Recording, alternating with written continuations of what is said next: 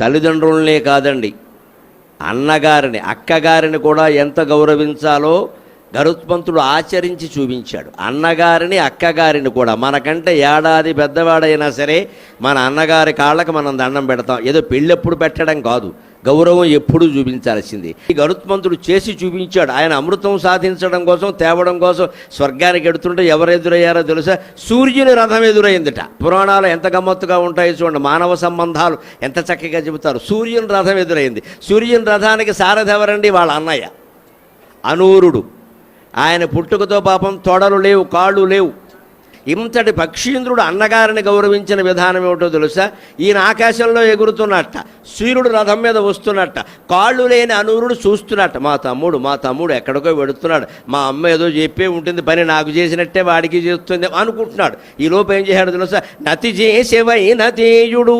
ఆ సమయంలో అద్భుతమైన పని గరుత్మంతుడు చేసిన దాన్ని పారిజాతాపహరణం అనే కావ్యంలో నంది తిమ్మన వర్ణిస్తాడు మహానుభావుడు. అన్నదమ్ముల అనుబంధాన్ని గురించి ఎంత చక్కగా చెబుతాడో. ఒక విలుకాడు నమస్కరించే విధానం వేరు, ఒక కరాటే ఫైటింగ్ చేసేవాడు నమస్కరించే విధానం వేరు, ఒక కూచిపూడి నాట్యం చేసేవారు నమస్కరించే విధానం వేరు, అలాగే గరుత్మంతుడు నమస్కరించే విధానం వేరు. అందుకని గతిభేదముతోడ అన్నగనుగొనినంతన్. ఆయన చేతులెత్తి నమస్కారం చేస్తే రెక్కలు లేవు కదా, రెక్కలే కదా మరి చేతులు ఆయనకి, ఇంకా వేరే చేతులు ఎక్కడ ఉన్నాయి? అందుకని ఆ రెక్కలు రెండు జోడించాడు అనుకోండి, వేగం తగ్గిపోతుంది. అందుకని ఏం చేశాట?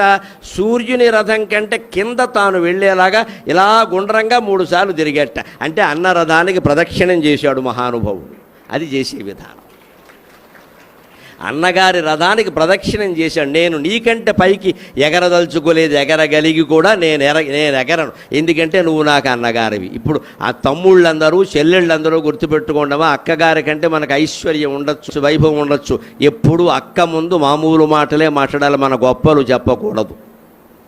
అన్నగారైనా అంతే. తమ్ముడు మహాపండితుడు కావచ్చు, కవి కావచ్చు, గాయకుడు కావచ్చు, నాయకుడు కావచ్చు. తన అన్నగారు ఏమీ కాకపోవచ్చు, ఏమీ కాకపోయినా ఈయనకి అన్నగారే అవుతాడు ఖచ్చితంగా.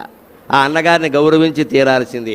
ఏదైనా కాస్త ఆర్థికమైన అవకాశం వస్తే అన్నగారికి అన్ని విధాలా సాయం చేయాల్సింది. అందుకని నేనేం చేసేట? నతి చేసేవైన తేయుడు. 2 రెక్కలు అంటే 2 చేతులు జోడించకుండానే గతిభేదముతోడ అన్నగనుగొనినంతన్. గతి విచిత్రంగా ఎగిరే గతిని గమనాన్ని మార్చి నమస్కరించట. అందులోనే ఆయన కూడా ఏం చేసేట? మా తమ్ముడు ఎంత తెలివైన వాడు అని సూర్యుడికి చెప్పేట. మా తమ్ముడు చూడండి రెక్కలు కలిపితే ఇబ్బంది అవుతుందని ఎలా కింద తిరుగుతూ నమస్కారం చేస్తున్నాను నేనంటే ఎంత ప్రేమో పిచ్చి సన్నాసికి అని చెప్పి ఆయన కూడా ఏం చేసేట? గతిలోన నదీపించిన. ఈయన రథం ఆగకూడదు, గరుత్మంతుడు ఆగకూడదు, సూర్యుడు అసలే ఆగకూడదు. సూర్యుడు ఆగితే గడియారాలన్నీ ఆగిపోతాయి, కాలం అంతా ఆగిపోతుంది. అందుకని ఆయన ఏం చేసేట? ఆ గమనాన్ని ఆపకుండానే ఆయన దీవించేట. ఈయన పైన ఆయన ఒక రౌండ్ వేసి ఇలా అన్నట్ట హాయిగా, ఓ చేత్తో పగ్గాలు పట్టుకుని ఓ చేత్తో ఇలా అన్నాడు, తమ్ముడు వెళ్ళిరా విజయోస్తు అన్నట్ట. అలాగ తల్లి ఆశీర్వచనం పొందాడు, అన్నగారు ఆశీర్వచనం పొందాడు. ఇంకా జీవితంలో జయించకపోవడానికి ఉంటుందండి ఎక్కడైనా?